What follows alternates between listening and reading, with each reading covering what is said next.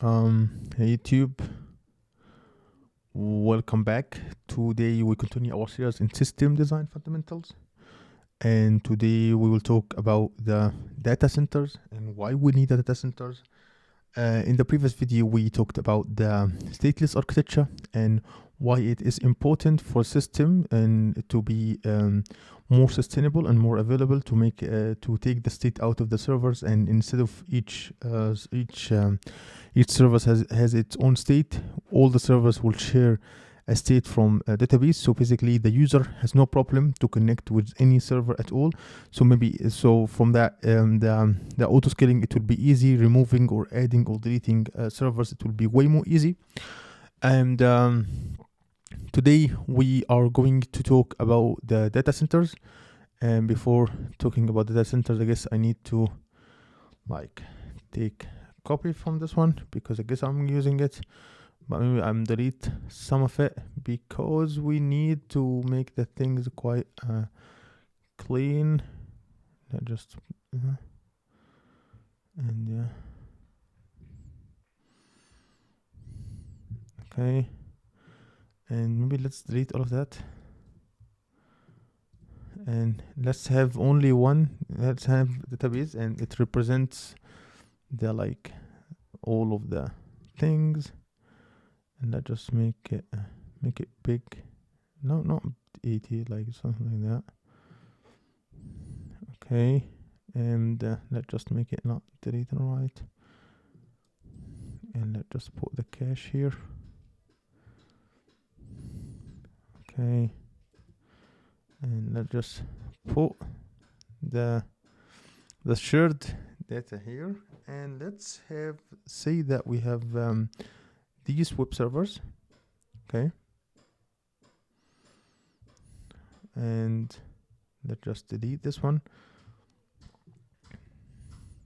Okay, so let's just start from here. So let's say that our server right now, our website grows rapidly and attracts a significant a number of users internationally, and we want to improve the availability and provide a better user experience across wider geographic areas. Supporting multiple data centers is crucial here. So first of all, let's just see how data centers looks like. So let's say that we have this server, these servers, and let's just delete this one.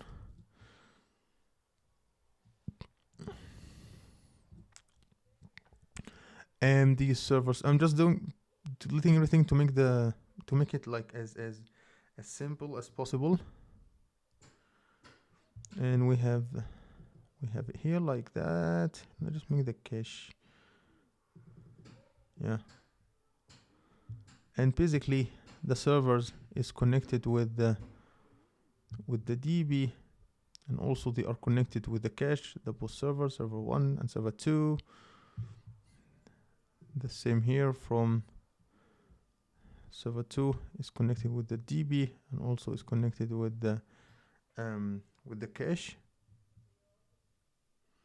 Okay, but instead of having this one, because it looks like a mess, let's just put them in one group and just call it web servers, yeah.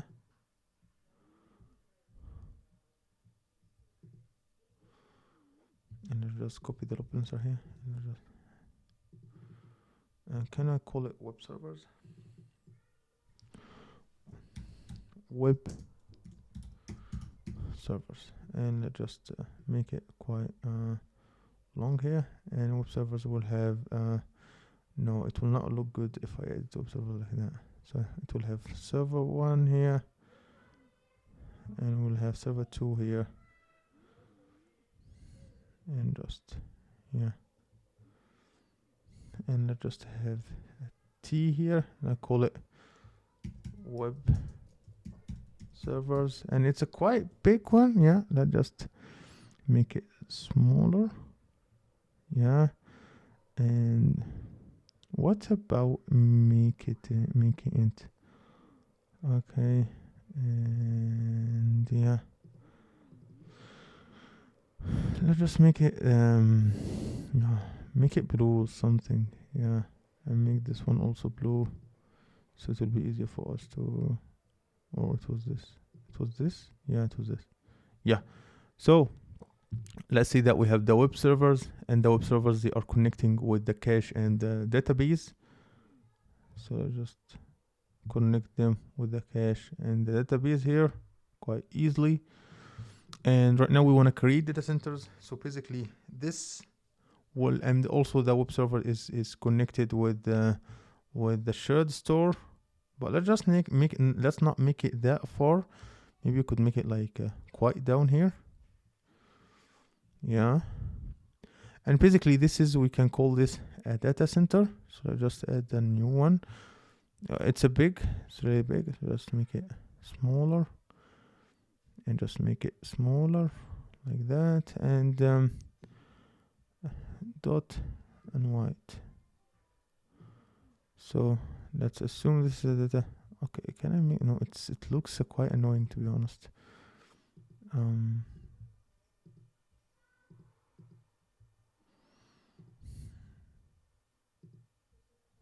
Yeah, this is one way more look. So basically this is a data center, and yeah, let's make it. And we create multiple data centers. So assume our system will have our system will have 2 data centers right now. Can we just make put this here like that? Yeah, and this one we put like here. Oh no. Put like here. Yeah, okay, that's nice. And this also connects with the shared data, and the load balancer will redirect request to the right data center. So let's just talk about what's going on here. So as shown as from this example, or from this drawing or art, it's an art. Yeah, it's really an art. I'm an artist. I love myself. So in normal operation, users are GeoDNS routed. What is GeoDNS routed? So the GeoDNS, it's shorted for Geographic Domain Name System, is specialized for implementation of the domain system DNS that allows you to route DNS requests based on the geographical location of the request. It's a powerful tool for optimizing the performance and the reliability of internet services. And the thing, basically, if you are, let's say that this server is Munich and this server is Berlin, so the geographic DNS will just look at your geographic. For example, if your geographic is in Munich, it will send you to the Munich database. If it's in Berlin, it will send you to the Berlin database. The database that it's data center that it's closer to you, so it's improve the user experience and the reliability, and it will reduce the latency because the data center is closer to you. So also so basically, in the event of any significant, there is other thing that in event of any significant outage. So for example, we have, let's say that this is the database center in Munich and it's just went down. Okay, so basically the users, all the requests are routed to the Berlin database, and basically the user doesn't recognize any problem because the user data session or the user state information, it's pulled from a shared data store or a shared database store. So in the event of significant data center outage, we direct all the traffic to a healthy data centers. So let's just talk about like several technique challenges must be solved to achieve multi-data centers. First of all, we have the traffic redirection, like effective tools or need to redirect the traffic to the correct data centers. So because of that, we talked about the GDNS that can be used to direct the traffic to the nearest data center depending on where the user is located. The second thing is data synchronization. Users from different regions could use different local databases or caches. In failover case, traffic might be routed to a data center where data is unavailable. And a common strategy is to replicate data across multiple data centers. And this how Netflix implement synchronization in multi-center data, and I will talk about that in the future. The last thing, test and deployment with multi data centers. It is important, and it's important to test your website application at different locations. Automated deployment tools are vital to keep services consistent. And yeah, that's the things that you should think about when you have multiple data centers. So yeah, that's it. Yeah, that was basically it. And let me just make sure. Yeah. So yeah, that was it, and I hope you like my description for today's video. If you like my content, make sure to subscribe and hit the notification bell, so you will never miss a video. I hope you will never miss a video.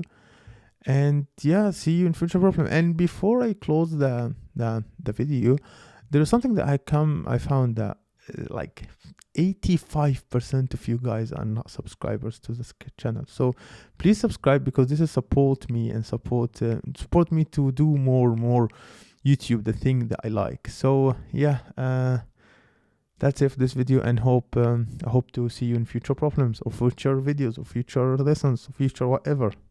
So yeah, bye bye.